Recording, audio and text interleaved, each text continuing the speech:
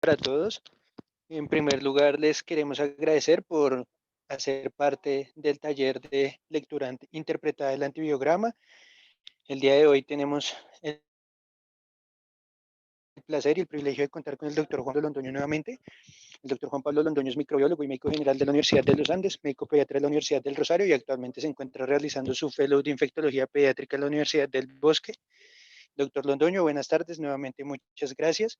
Y antes de darle la palabra, quiero invitar a todos para que participen en el Kahoot que en el momento encuentran en la pantalla. Bueno, Nico, muchísimas gracias. Bueno, a todos bienvenidos a esta segunda parte del taller. No sé qué tantos ayer hayan podido estar en la primera parte, pero no importa. Hoy vamos a hablar de enterobacterias. Y como les dijo Nico, la idea es que para empezar vamos a hacer un Kahoot parecido al de ayer. Tranquilos, de nuevo, esto no importa cuánto saquen, no importa si les va bien o les va mal. Pueden poner su nombre como quieran. Entonces, muchachos, si quieren 10 segunditos para que los que no han terminado de meterse al Kahoot se metan. Hay como 58 en la sala de Zoom y apenas es 25 inscritos en el Kahoot. Si quieren 10 segunditos más, van entrando.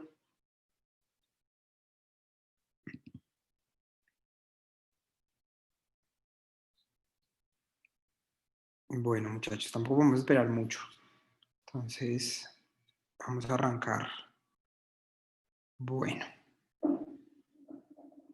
Listo.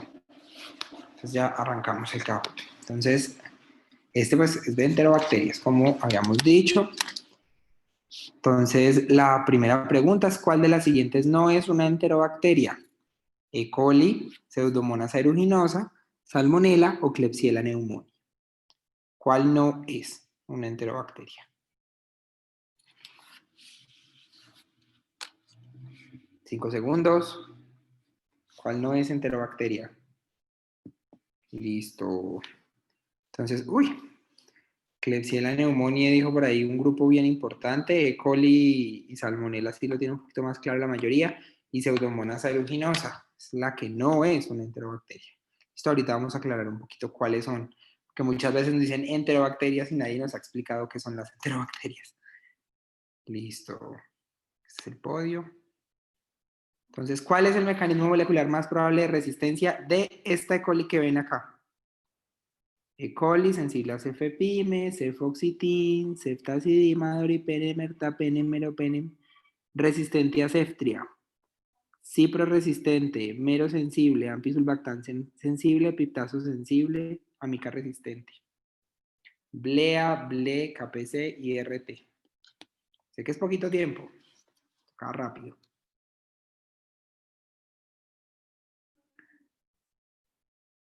Bueno, la mayoría lo dijo bien, no, es una E. coli ble. Ahorita vamos a ver las diferencias entre las ble y las AMC. Cambia nuestro podio. Falso o verdadero. Proteus vulgaris es productor natural de AMC. Falso o verdadero. Proteus vulgaris.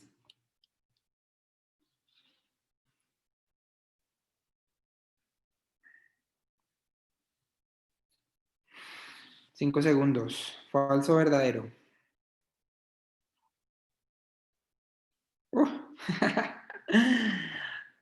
Al azar. 50-50. Verdadero. Proteus vulgaris es productor de AMC. Proteus mirabilis no es productor de AMC. Y eso acuérdense que es muy importante lo que veíamos ayer, que el primer paso de la lectura interpretada del antibiograma es conocer las resistencias naturales de un germen. ¿Listo? Se mueve. Andrés Rodríguez, la primera. La siguiente es una diferencia fenotípica entre BLE y AMC. BLE es sensible a Esteronam y AMC no. BLE es resistente a inhibidores y AMC no. BLE es resistente a cefepime y AMC no. BLE es sensible a cefoxitin y AMC no lo es. ¿Cuál es la diferencia? La diferencia entre BLE y AMC. 2 segundos. Esta estuvo muy rápida. Aquí sí, pero perdidos todos. Me da por pensar que la de la E. coli ble fue como más suerte. Entonces, acuérdense que la diferencia BLE y AMC tienen 3 grandes diferencias. En la charla lo vamos a desglosar mejor, pero en BLE es sensible a Aztreonam, no, BLE es resistente a Aztreonam, AMC es sensible a Aztreonam. De hecho, Aztreonam es una de las líneas de manejo que podrían plantearse como manejo. BLE es resistente a inhibidores y AMC no, todo lo contrario, BLE es sensible a los inhibidores y AMC es resistente a los inhibidores. La respuesta correcta era que BLE es resistente a cefepime la mayoría de las veces en el antibiograma, y cuando no, uno podría sospechar que es una interpretación errada. Y la última, BLE es sensible al cefoxitin y AMC no. Eso lo vamos a desglosar ahorita. ¿Listo?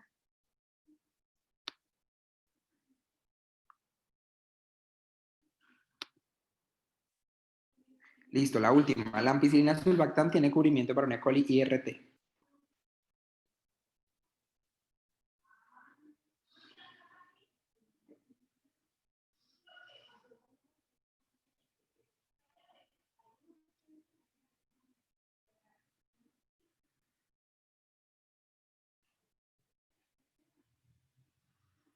Uy, bueno, falso la mayoría, falso. Las E. coli IRT son productoras de una beta-lactamasa que es derivada de las TEM, que es resistente a los inhibidores, precisamente por eso se llama IRT, Inhibitor Resistant TEM. Y eso pues hace que la ampicilina sulbactam no tenga un buen cubrimiento. Listo, entonces en nuestro podium está de primera Andrés Rodríguez, de tercera Andrés Rodríguez, de segunda Uzumaki y de primero 1, 2, 3. Bueno, listo. Entonces ahora, pues como veíamos, hoy vamos a hablar de lectura interpretada del antibiograma en la parte 2 y vamos a hablar de las enterobacterias. Entonces, lo primero es hablar qué son las enterobacterias. Entonces, tienen estas 6 características, estas 5 características que ustedes ven a la derecha, y es que todas son bacilos o cocobacilos gram negativos, eso es lo primero.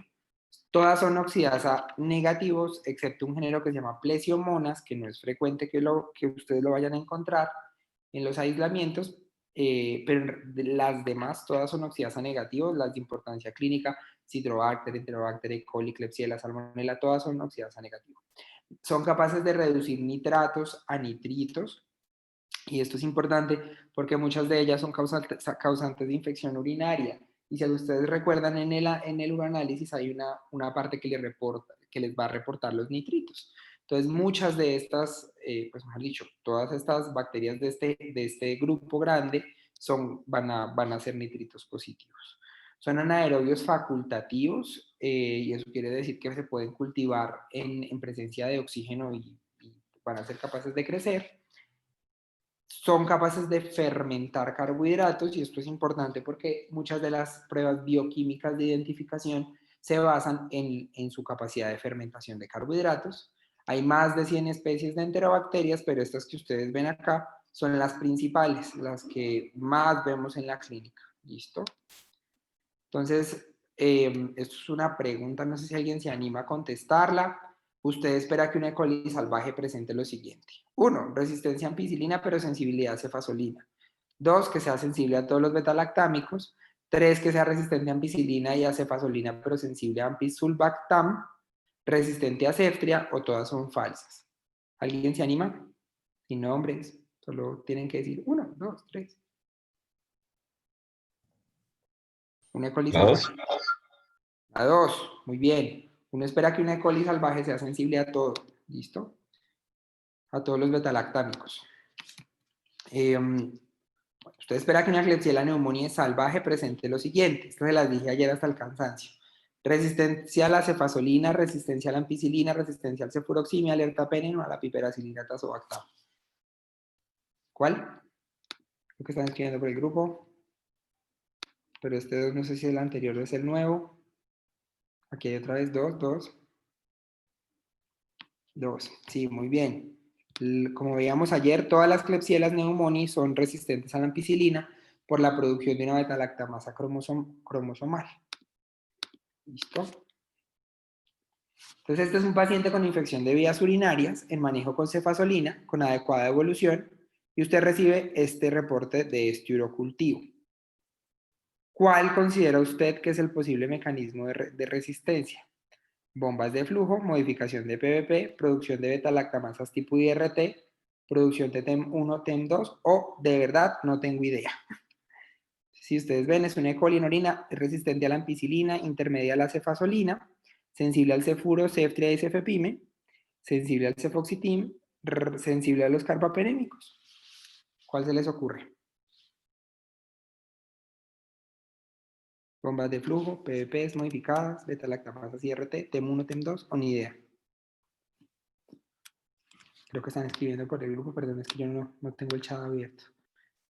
Por ahí esta sí generó mucho debate. Unos dicen 3, otros dicen IRT, otros dicen 4, otros dicen 5. Entonces, recuerden, si ustedes miran este antibiograma, van a ver que ya saben que coli es del grupo 1, o sea, que lo vimos en nuestra primera pregunta, o sea, es sensible, debería ser sensible a todo. Si uno ve resistencias, habla de mecanismos adquiridos de resistencia. Entre ellos, pues estamos resistentes a la ampicilina y a la cefazolina y sensibles a los inhibidores. Si ustedes recuerdan lo que veíamos en el Kahoot, las IRT, que son beta-lactamasas que son resistentes a los inhibidores, pues ya de entradita no suena mucho porque los inhibidores son sensibles, ¿sí o no? Ya no suena como que sea eso. Bombas de flujo no es, acuérdense que ayer les contaba, los gram negativos y las enterobacterias usualmente sus principales mecanismos de resistencia son la producción de enzimas modificadoras o beta-lactamasas. Entonces no suena mucho que sea bombas de flujo. La modificación de PBPs es más de gram positivos como veíamos ayer, lo que nos deja una respuesta que es la producción de TEM1 y TEM2. Ahorita vamos a hablar qué significa TEM1 y TEM2. Son dos beta-lactamasas que son capaces de producir o de mostrar resistencia a la cefazolina y a la ampicilina. Bueno, yo creo que no nos va a alcanzar mucho el tiempo para estas preguntas. Ay, esto es imposible. Entonces, lo primero es, ¿qué son pues, los gram negativos? Recuerden que lo primero es ubicar en qué grupo está, en qué grupo de resistencia está. Por ejemplo, la E. coli, que es sensible a todos los beta-lactámicos, pues lo primero que empezó a pasar fue que en los 40, por el uso de las penicilinas, pues esa E. coli empezó a producir una penicilinasa, que es la misma penicilinasa que está, si ustedes recuerdan ayer, en el estafilococo aureus. Si se acuerdan que eran sensibles a la penicilina inicialmente, hoy como el 95-96% son resistentes, pues eso les confirió resistencia a la penicilina. Y en los 60 aparecen las primeras beta-lactamasas que se llamaban TEM1. ¿Listo? Y esta ya le confería resistencia no solo a la penicilina, sino a la ampicilina, a las aminopenicilinas. ¿Listo? Eso fue para allá en los 60. Con el uso creciente de los antibióticos entre los 60 y los 80, esas TEM1 que eran las iniciales empiezan a mutar y aparecen las TEM2 y las SHB, que ya muestran resistencia a la ampicilina no solo en E. coli, sino también en Klebsiella.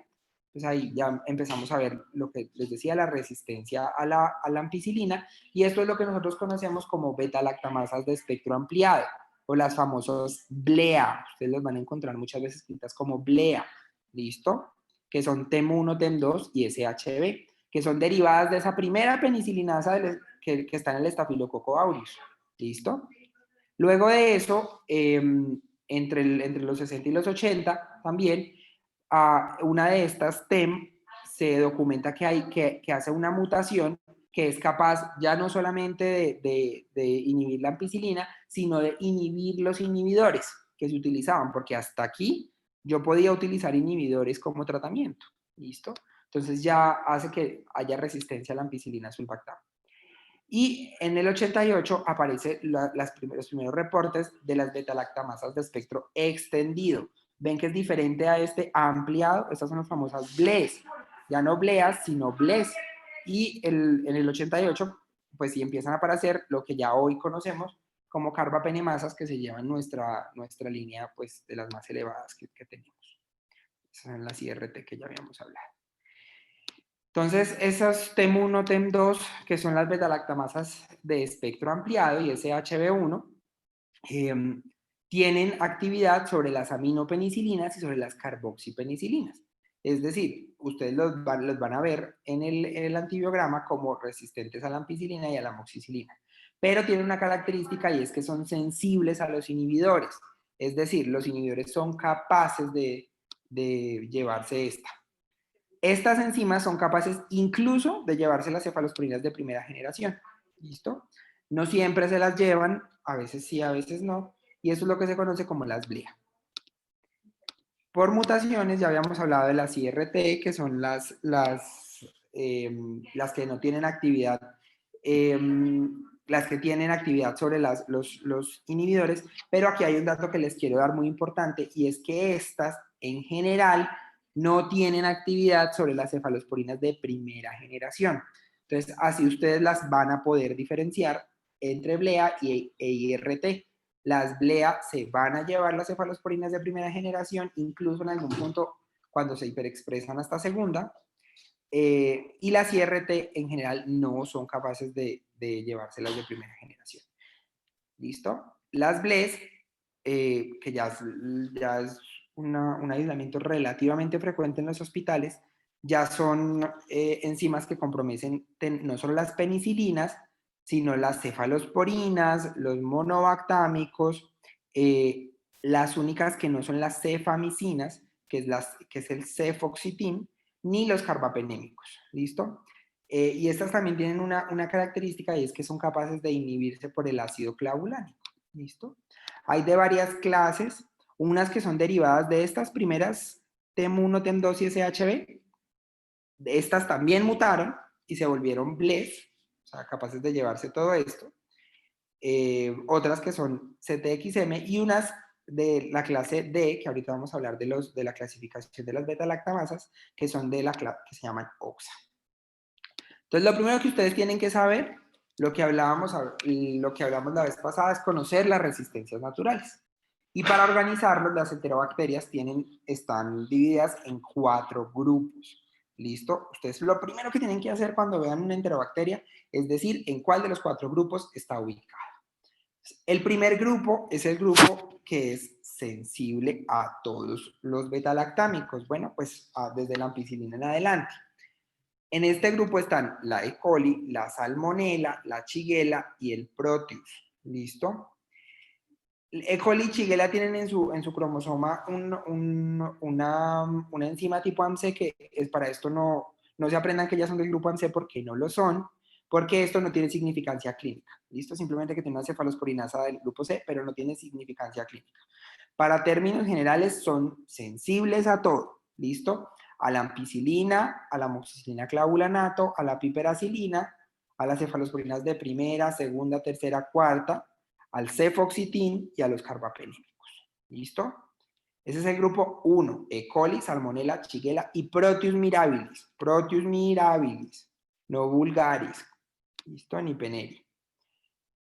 Entonces, este grupo 1, como ven acá, pues es sensible a todo. Ahorita vamos a hablar de los mecanismos de resistencia adquirida, pero en general, pues ya los hemos mencionado. El primer mecanismo que ellas pueden tener es la presencia de una penicilinasa, que son las famosas enzimas TEM1, TEM2 y SHB1. ¿Listo? La producción de esas enzimas va a verse en el antibiograma como resistencia a la ampicilina. Puede llevarse la ticarcilina, esta casi nunca la van a ver reportada, pero estas son sensibles a los inhibidores, ¿listo? Pueden ser sensibles o resistentes a las cefalosporinas de primera generación, ¿listo? Yo puedo tener un fenotipo que es la penicilinasa sobreexpresada, y estas son donde más dudas les va a ustedes a generar, y es porque este fenotipo de penicilinasa sobreexpresada es como si hubiera una combinación entre las IRT y las penicilinasas, ¿listo? Entonces ustedes van a ver que se lleva la ampicilina, los inhibidores y las cefalosporinas de primera generación. A veces esta penicilinasa sobreexpresada podría llevarse incluso las cefalosporinas de segunda generación. Bueno, que aquí no están representadas, pero podría llevársela, ¿listo? Como el cefuroxime. Estas también pueden tener, ya hablamos de las IRT, que si ustedes ven, se llevan la ampicilina y los inhibidores y mantienen sensibilidad a las cefalosporinas de primera generación. Bueno, y llegan los mecanismos que son como los más taquilleros, y es que son las AMC adquiridas y las BLE. ¿Listo? Ahorita vamos a tener una parte completa para aprender a diferenciarlos, pero yo quiero que ustedes, dentro de esto, lo primero que ustedes miren sea el cefoxitin. El cefoxitin en las BLE es sensible, mientras en la SAMC es resistente. Esta es la primera diferencia grande que ustedes van a poder ver. Recuerden que el cefoxitin es una cefalosporina de segunda generación del grupo de las cefamicinas. ¿Listo? Las cefamicinas son cefoxitin y cefotetán. Entonces van a verla en las BLE, en las BLE van a verla sensible y en la AMC van a verla resistente. Esa es la primera diferencia que ustedes van a ver. La segunda diferencia son los famosos inhibidores.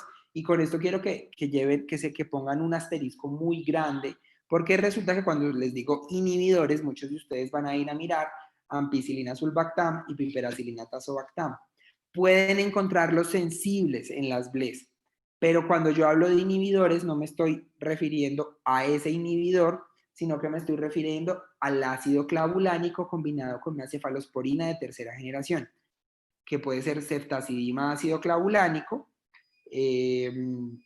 o cefoxitina ácido clavulánico, cefoxitina no,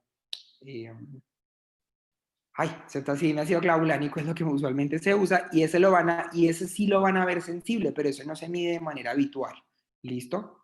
En cambio, las AMC usual son resistentes a los inhibidores. Bueno, o sea, ustedes van a ver ampicilina sulbactam y piperacilina, tazobactam como resistentes. Otra de las diferencias grandes son las cefalosporinas de cuarta. Esta tabla es una tabla un poquito vieja y aquí dice que las BLE pueden ser sensibles o resistentes, y es que los puntos de corte de las cefalosporinas de cuarta generación antes eran mucho más altos y se reportaba que hasta el 25% podían tener sensibilidad in vitro a las cefalosporinas de cuarta generación. Pero al corregir los puntos de corte, pues eso se ha bajado mucho. Pero recuerden que las cefalosporinas de cuarta generación no son una opción de manejo en las BLES. Bueno, no lo son. En las AMC, por otro lado, sí, estas se han documentado como sensibles y son una buena opción de manejo. Bueno, para los productores de AMC, sí son una buena opción de manejo las cefalosporinas de cuarta generación. Y las carbapenemasas, que ya ustedes van a encontrar con resistencia casi que a todos los grupos de betalactámicos. ¿Listo? Ahí hicimos un recorrido grande por todo lo que vamos a ver hoy, pero pues es para ir adelantando cosas. ¿Se acuérdense del grupo 1? E. coli, Shigella, Salmonella y Proteus mirabilis. Vamos al grupo 2, donde están la Klebsiella, el Citrobacter cosseri y el Citrobacter amalonaticus. Estas se caracterizan porque tienen una beta-lactamasa de clase A, que puede ser SHB1 o K1. SHB1 está en Klebsiella y K1 está en las especies de Citrobacter. En este, ustedes van a ver típicamente resistencia a la ampicilina. Acuérdense, todas las cepas de Klebsiella son resistentes a la ampicilina y a la piperacilina solita, a las ureidopenicilinas. No bien a los inhibidores. El antibiograma no les va a reportar piperacilina sola, les va a reportar piperacilina tazobactam, entonces por eso lo van a ver sensible. ¿Listo? Esto solo para ejemplificarles a qué se lleva. Estas tienen un fenotipo, los fenotipos muy parecidos a lo que habíamos visto en la 1, con la diferencia de que el natural siempre va a ser resistente, o sea, ya arrancamos desde la resistencia a la ampicilina. ¿Listo? Esa penicilinasa que tienen dentro de ellos, que puede ser, bueno, K1 o la penicilinasa, se puede hiperexpresar igual que en la anterior, mostrando resistencia a los inhibidores y a las cefalosporinas de primera generación. ¿Listo? Estas bacterias también pueden tener BLES, IRT, AMCs y carbapenemasas, tal cual como lo veíamos con el grupo 1. ¿Listo? El grupo 3 es un grupo muy interesante porque es el grupo de las famosas AMC. En este grupo está Proteus vulgaris, Citrobacter freundi, Enterobacter, Providencia, Morganella morgani, Serratia y Proteus peneri. Bueno, ven dos especies de Proteus que son las famosas Proteus indol positivo. ¿Listo? Y para aprenderse esto, ustedes van a encontrar en la literatura pues un millón de mnemotecnias. Hay una que es SPICE, otra que es AMSET. Ustedes apréndanse la que quieran. Entonces, esperen a ver si logro sacar una de estas. Entonces hay una que es la que yo me sé que es SPICE.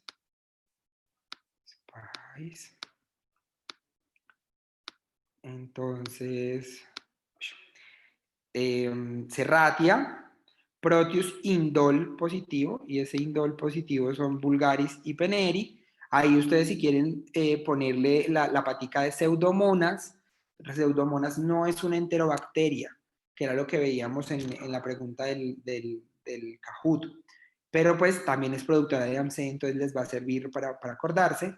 C es por Citrobacter freundi, y E es por Enterobacter. Ah, bueno, y aquí me faltó Providencia, que es otra. Se queda una por fuera, que es Morganella, pero pues, ahí se la aprenden encima. Y otra que es AMC, que también hace lo mismo, si van a aprendérsela, ustedes usen la que quieran, pero tienen que saber cuáles son productores naturales de AMC. Entonces, la famosa AMC que tanto escuchan es una cefalosporinasa de clase C, o una beta-lactamasa de clase C. Y esta tiene por característica, aquí ustedes van a ver que dicen salvaje reprimida y salvaje de reprimida. Y es porque la AMC tiene una característica, y esto tal vez no lo vimos en una de las E. colis, que era la última que no vimos, pero ahorita la vamos a ver, y es que el AMC puede estar reprimido, es decir, puede no estarse produciendo de manera constitutiva. Entonces ustedes tienen que tener mucho cuidado si ustedes ven una de estas especies, porque ya saben que la tiene aunque esté reprimida. Y es importante que lo vean y que se fijen en las cefamicinas, bueno, en el cefoxitin.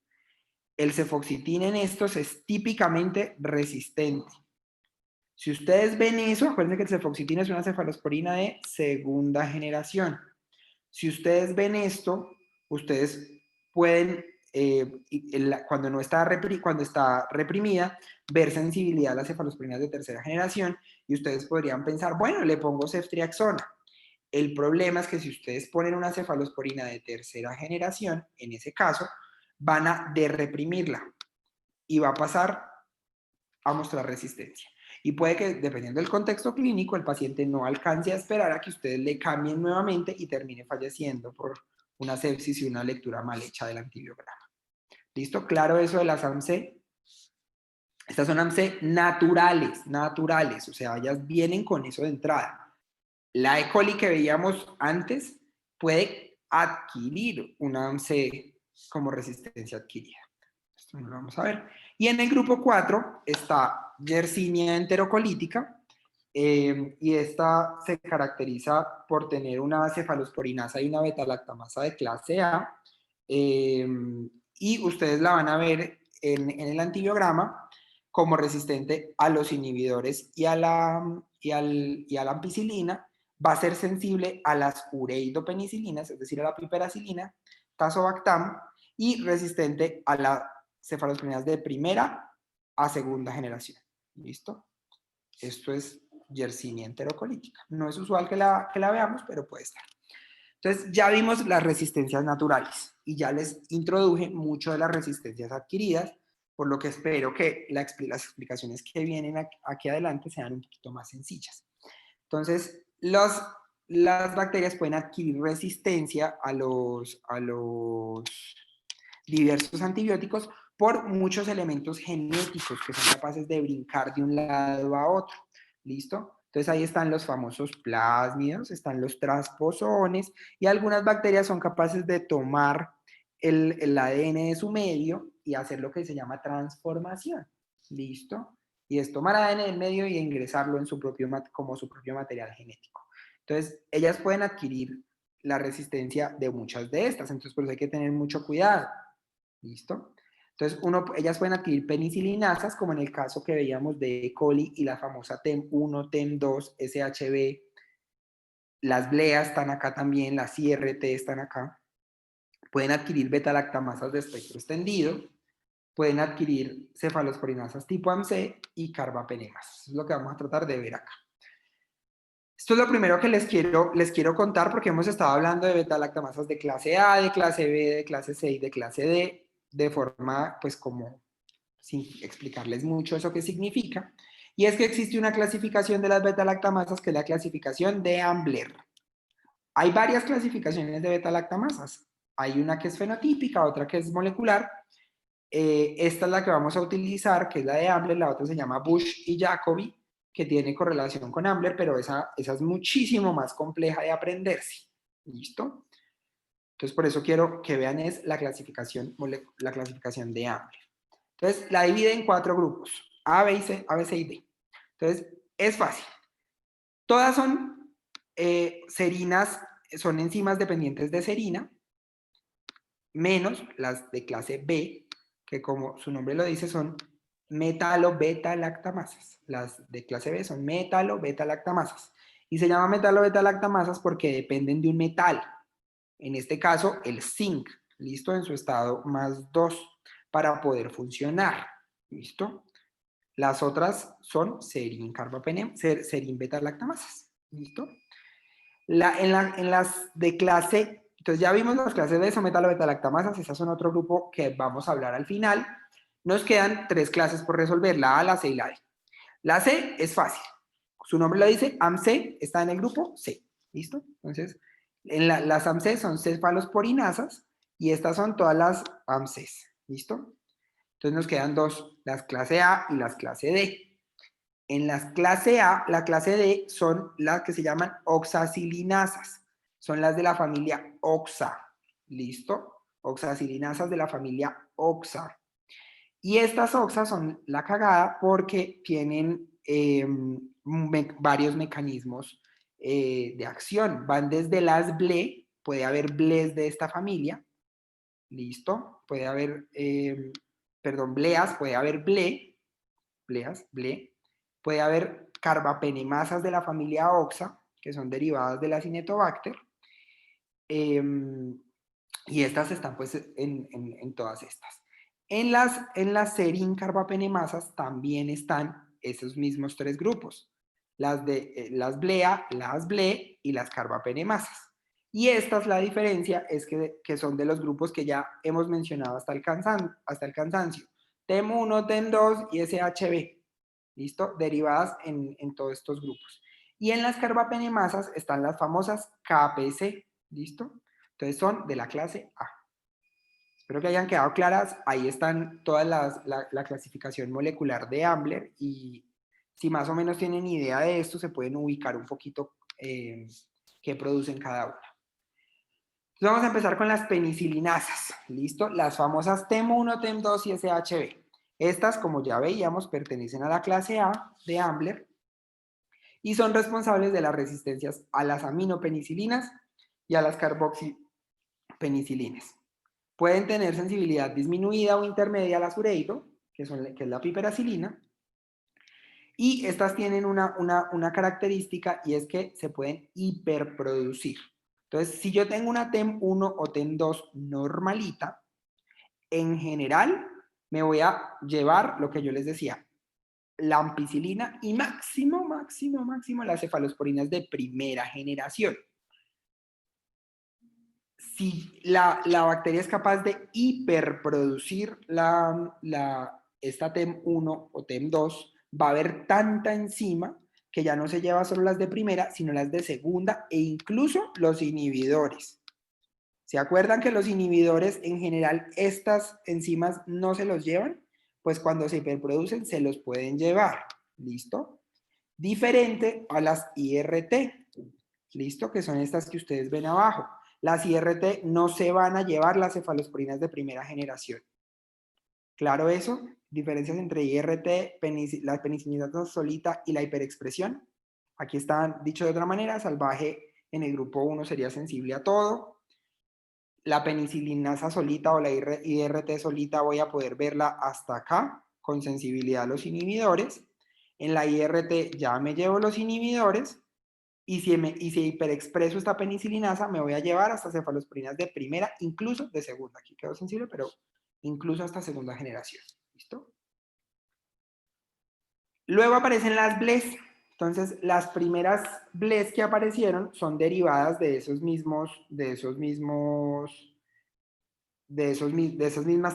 TEM2 y SHB. Han aparecido otras como CTXM, que es mucho más frecuente en nuestro medio que las derivadas de TEM1 y TEM2. ¿Listo? Y estas BLES se caracterizan porque pueden hidrolizar todas las cefalosporinas, menos las cefamicinas. ¿Listo? Acuérdense, cefamicina, cefoxitin, cefotetán. ¿Listo? Y mantienen la sensibilidad a los inhibidores y a los carbapenémicos. Entonces van a ver que el clavulanato es el inhibidor al que ellas se mantienen sensibles en combinación con cefalosporinas de tercera generación. Son más fáciles de detectar en microorganismos del grupo 1 y del grupo 2. Ustedes se imaginarán que aquí yo se los estoy poniendo súper fácil en el sentido de que casi todos los ejemplos son del grupo 1 máximo, del grupo 2, pero puede haber mecanismos puede haber más de un mecanismo en una bacteria. Entonces, un germen que es AMC puede tener además una BLE sobreagregada. Entonces, en el grupo 3 y 4 se vuelve mucho más difícil detectar cuando además hay una BLE encima de ellos. ¿Cómo van a ver las BLES en el antibiograma? Van a ver resistente a la amoxicilina y lo que les digo, amoxiclavulanato puede ser sensible o resistente, porque esto no es el inhibidor al que nos referimos. Van a ver resistencia a la piperacilina, a las cefalosporinas de primera, segunda y tercera y cuarta generación, que ahí dicen sensibles o resistentes. Tengan cuidado con esto porque a veces, sobre todo las de cuarta, cuando los puntos de corte no están bien puestos, pueden ser esos. Dentro de las guías del CLSI, que es como uno de los centers que se encarga de los estándares de laboratorio, pues habla de que para la detección de BLE, siempre que ustedes encuentren resistencia a la ceftriaxona o a una cefalosporina de tercera generación, deben sospechar que se trata de una BLE. ¿Listo? Deben sospechar que se trata de una BLE. Este es el marcador más importante que ustedes tengan. Tenemos pruebas fenotípicas que nos ayudan. Los métodos automatizados tienen un screening de BLES, que es la prueba esta con el ácido clavulánico. Entonces, tienen que tener muy en cuenta esto. Cuando vean resistencia a las cefalosporinas de primera generación, prendan su alarma. Puede ser una BLE, puede ser también un AMC, pero puede ser una BLE. ¿Listo? Eso quiero que se lo lleve. Este es un estudio colombiano. Si ustedes ven, la mayoría de nuestras BLES están en este grupo que es CTXM, CTXM, CTXM, CTXM, CTXM. Poquitas SHBs y algunas TEM. ¿Listo? Entonces, AMC es esto quedó mal escrito, pero le da resistencia a casi la totalidad de los betalactámicos, menos a los carbapenémicos, ¿listo? Y a las cefalosporinas de cuarta generación, ¿listo? Tienen una característica y es que son inhibidas por el ácido borónico, ¿listo? Ahorita que veamos las carbapenemasas, vamos a ver qué es el ácido borónico. Y todos los betalactámicos las inducen, pero principalmente el cefoxitin y el imipene. Por eso utilizamos el cefoxitin como un antibiótico que nos ayuda mucho a diferenciarla de las BLES. ¿Listo? Y aquí tienen la copialina. ¿Listo? Esto es para que vean la diferencia. Aquí no se estresen entre TEM1, TEM2 y la SOXA, que son de clase A y de clase D, que era lo que veíamos antes, y las clases de Bush y Jacobi. Pero lo que yo quiero que miren es estas en las que están invertidas. Entonces, las betalactamasas son inhibidas por ácido clavulánico en las BLES, pero en las AMCs los inhibidores no van a tener ninguna acción. Con respecto a las TREONAM, las BLES van a ser resistentes a las TREONAM y sensibles en la AMC. El cefoxitin o las cefamicinas va a ser sensible en las BLES, resistentes en la AMC, y las cefalosporinas de cuarta generación usualmente resistentes en las BLES y sensibles en las AMC. ¿Listo? ¿Claro eso? Porque eso nos va a servir para diferenciar. Entonces, pregunta. En el antibiograma, de acuerdo al CLSI, la resistencia a cuál de los siguientes antibióticos debe alertarle sobre un posible patógeno B. Bueno, esto ya se los dije, pero ¿quién se anima? 1, cefazolina, 2, cefuro y cefoxitin resistentes, 3, astreonam y cefoxitin resistentes, 4, astreonam resistente, cefodoxime resistente, cefotaxime resistente, ceftaxona resistente, o 5, carbapenémico resistente. Creo que están escribiendo por el chat. 4, 4, 4, 4. Bueno, sí, 4. Efectivamente, 4. Muy bien. Entonces es resistente al astreonam, resistente a las cefalosporinas de tercera generación. ¿Listo? No, cefoxitin es sensible, entonces ninguna de estas es verdad. La cefazolina, pues no nos alerta realmente de nada. Y los carbapenémicos resistentes, pues hablan es de carbapenemasas. 4, listo. Listo.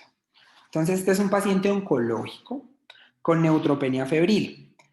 Se inició manejo con cefepime, pero persiste febril y se recibe el siguiente hemocultivo. ¿Usted considera que el mecanismo más probable de resistencia es? Entonces vamos a mirar el hemocultivo. Entonces es una Klebsiella pneumoniae y es resistente a la ampicilina, a las cefalosporinas de primera, segunda, tercera generación, sensible a la ceftazidima, que es de tercera, cefepime intermedio, cefoxitin sensible, ertapenem es sensible, meropenem es sensible, imipenem es sensible, resistente a ampicilina sulbactam, pero sensible a piptazo, y resistente al astreonam. ¿Cuál es el mecanismo de resistencia de este germen? Una BLE, una AMC, una hiperproducción, una TEM1, TEM2, una BLEA o una carbapenemasa. AMC. ¿Seguros?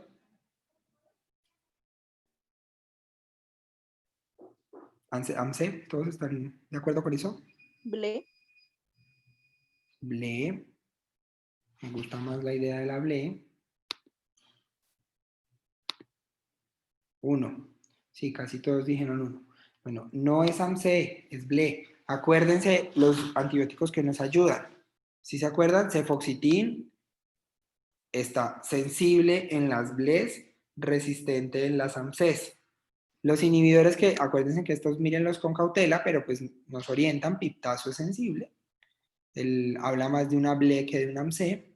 Y el astreonam, ¿listo? Sensible en AMC, resistente en las BLES. ¿Listo? ¿Claro eso? Bueno. Entonces, ya aclarado la diferencia entre BLE y AMC, vamos a hablar de carbapenemasas. Las carbapenemasas son capaces de hidrolizar todos los betalactámicos, incluyendo los carbapenémicos, y estas están en 3 grupos, ¿listo? Pueden estar en 3 grupos. En los de clase A, de Amble, que son las famosas KPCs que veíamos. En la clase B, y ahora sí vamos a hablar de la clase B, que son las metalobetalactamasas, que son las que dependen de zinc, que son estas 3, que son la BIM, la IMP y la NDM. Para que se las aprendan un poquito, BIM significa Verona, pues que es derivada de Verona. Verona, no me acuerdo si es la I, metalobetalactamasa. IMP es por imipenem y NDM es Nueva Delhi. Esos son metalobetalactamasas que son muy importantes porque son carbapenemasas. ¿Listo? Y ya vamos a ver que tienen implicación en el manejo clínico, en el tratamiento clínico. Y en la clase D están las OXA48, que son las de clase OXA que veíamos ahorita. Entonces, esto es un poquito más detallado. Entonces, vemos que en la clase A pues está principalmente KPC, hay otras menos frecuentes, pero principalmente es KPC y la transmisión de esto es por plásmidos. ¿listo? Y hace que sea muy fácil de transmitir entre una bacteria y otra. Entonces, por eso es tan importante que tengan cuidado, porque cuando están colonizados con este tipo de gérmenes, pueden aparecer brotes, ¿listo? O sea, pueden empezarse a colonizar otros pacientes. Las B son las metalo-beta-lactamasas, BIM, IMP y Nueva Delhi son las más frecuentes. Estas tienen una característica importante y es que ahorita vamos a ver, son inhibidas por el EDTA. Si ustedes han visto, el EDTA es un quelante de zinc, o sea, es capaz de quelar el zinc, y si yo le quito el zinc a esas metal o beta-lactamasas, que dependen de un metal que es el zinc para funcionar, pues voy a ver que pierden la capacidad de hidrolizar.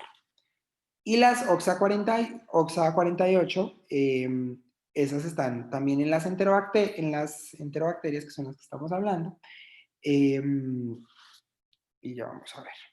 Entonces hay varios test como herramientas de laboratorio que nos permiten la identificación más precisa de cuál de estos mecanismos moleculares o de estos tipos de enzimas. Entre ellos el test de Hodge modificado, que nos sirve para detectar principalmente las OXA y las KPC. ¿Listo? Ahorita vamos a ver qué es el test de Hodge modificado. Claramente tiene problemas, no es tan sensible. Puede haber falsos positivos en presencia de AMSES cromosómicas. Y en algunas BLES que además tienen defectos de permeabilidad, o sea, que tienen problemas de permeabilidad del antibiótico, puede haber falsos positivos. ¿Listo? Y en las metalo-beta-lactamasas, pues no se va a ver, o sea, las de la clase B no la voy a ver, entonces se va a ver como negativo el test de Hodge. Ahí está el test de sinergia con ácido borónico, que si ustedes se acuerdan tenía el problema de que podía estar positivo en los AMSES porque eran inhibidos por ácido borónico, y sirve principalmente para detectarlas de la clase A, ¿listo? O sea, solo las KPCs. El EDTA, como ya habíamos hablado antes, sirve para diferenciar las de clase B, que son las NDM, las BIM, las IMP. Sirve para eso. Y hay otros menos utilizados, los ensayos de flujo lateral, que todos los días aparecen más. Sirve para detectar específicamente carbapenemasas, el blue carba, que es N-carba blue carba, que es otro de los métodos fenotípicos. Entonces, este es el test de Hodge modificado que ustedes van a escuchar muchas veces. ¿Cómo funciona? ¿Para qué sirve el test de Hodge? Para diferenciar de resistencias a los carbapenémicos producidas por enzimas como las OXA y las KPCs versus las que no son producidas por enzimas, como por ejemplo alteraciones en la membrana, porque algunas de esas bacterias pueden ser una cepa de una BLE que altera la membrana y hace que sea menos sensible al carbapenémico. Cuando esos mecanismos dobles hace que sea más difícil. Entonces, ¿cómo funciona esto? Se siembra una bacteria que es sensible al carbapenémico con el que yo estoy probando. ¿Listo? Entonces, como esta bacteria es sensible, yo espero que haga un halo de inhibición grande. Y siembro mi bacteria en uno de los lados que va hasta el carbapenémico. Si ustedes miran, esta bacteria de arriba no, pues es capaz de crecer sobre el carbapenémico porque ella es resistente a él, pero además hace una muesca sobre la inhibición de esta muesca que ustedes ven acá. Es porque esta bacteria que está aquí arriba, que es una de las que yo estoy probando, produce una enzima que se libera al medio, por ejemplo KPC, y al producir esa KPC en el medio, pues voy a permitir que esta otra bacteria crezca en esta muesquita. ¿Listo? Crezca en esa muesquita. En cambio, si yo tengo un mecanismo que no es mediado por producción de enzimas como KPC u OXA, sino, por ejemplo, por cambios en las porinas de membrana, pues esta bacteria que tengo acá abajo, que es otra, no va a tener nada en el medio y no me va a generar esa muesquita que yo veo en la de arriba. ¿Listo? Ese es el test de Hodge. ¿Y por qué es importante saber eso? Hoy más que antes. Y es porque ahora hay terapias dirigidas para estas enzimas. Tenemos medicamentos dirigidos. ¿Listo? Ceftazidimia vivactam, es un medicamento que van a ver todos los días más en la clínica, más en adultos que en niños, que sirve como un inhibidor de estas carbapenemasas. Pero si yo tengo una cepa que es por alteración de la membrana, pues se imaginarán que esas enzimas no le van a servir. O si tengo una producción de una metalo beta lactamasa, tampoco le va a servir. Este es el test del EDTA. El EDTA ya se los había medio explicado, pero funciona así. Yo siembro la bacteria que quiero probar abajo. Tengo un sensidisco de mi carbapenémico, que en este caso es imipene. Como sabemos pues tiene un halo pequeño de inhibición, la bacteria que sabemos que es resistente, pero al yo poner un sensidisco de EDTA, el EDTA pues no es un antibiótico, él no tiene halo de ningún tipo, pero al unirse a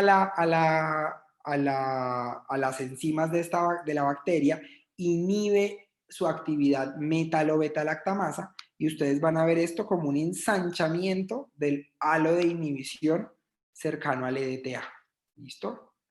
Este es el EDTA, me sirve para metalo-beta-lactamasas. ¿Listo?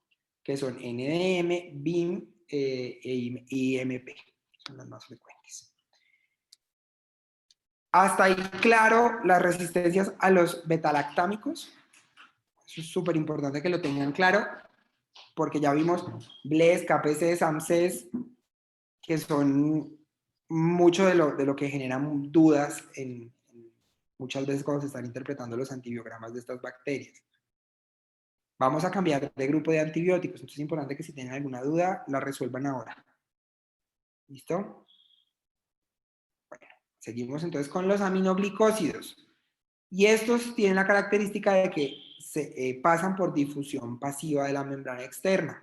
¿Listo? Y en la membrana interna, acuérdense que diferente a los gram positivos que veíamos ayer, los gram negativos tienen una pared muy delgada de peptidoglicano y tienen dos membranas. ¿Listo? Con una pared muy chiquitica aquí en la mitad. Una membrana interna y una membrana externa. En cambio, los gram positivos tienen una sola membrana y una pared muy grande de peptidoglicano. ¿Listo? Entonces, se necesita que para pasar esta segunda membrana haya un transporte activo por parte de la bacteria. Eso quiere decir necesita poros. ¿Listo? Entonces, y pues puede haber su resistencia porque haya pérdida de afinidad sudiana. Recuerden que estos actúan sobre el ribosoma. Puede haber metilación de la subunidad 16S ribosomal o presencia de enzimas que los inactiven. Estos primeros pasos no son los más usuales, ¿listo? Los más usuales son los dos de abajo, la metilación de la subunidad 16S o la presencia de enzimas que inactivan al antibiótico. Sobre todo la presencia de enzimas inactivantes es el más frecuente. La mayoría de las enterobacterias van a ser sensibles, o sea, no tienen una resistencia a los aminoglicósidos, con excepción de Providencia stuardi y Serratia marcescens.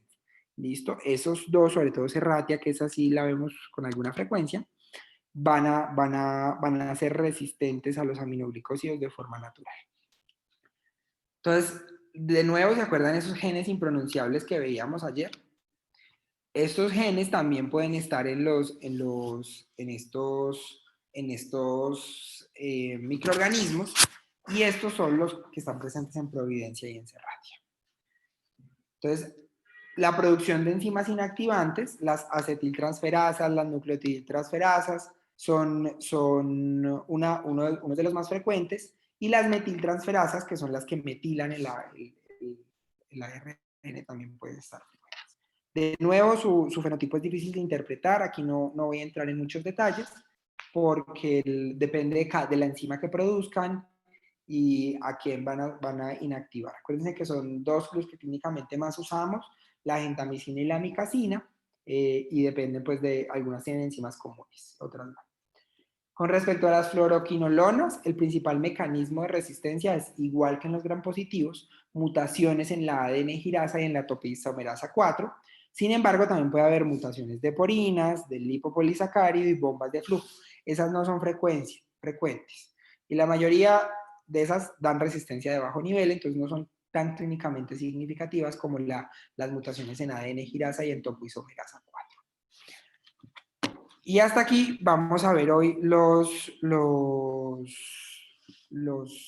las enterobacterias, porque sé que ya llevamos una horita de nuestro taller.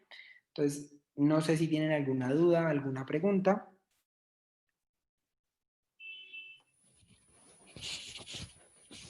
Doctor, yo tengo una duda.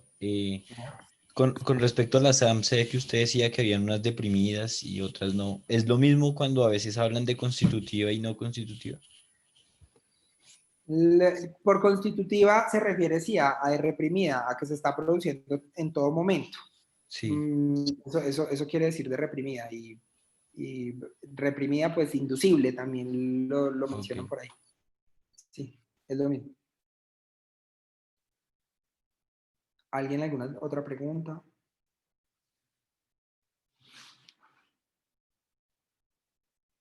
Bueno, muchachos, pues si no hay más preguntas, entonces nos vemos mañana con no fermentadores, que sería nuestra tercera y última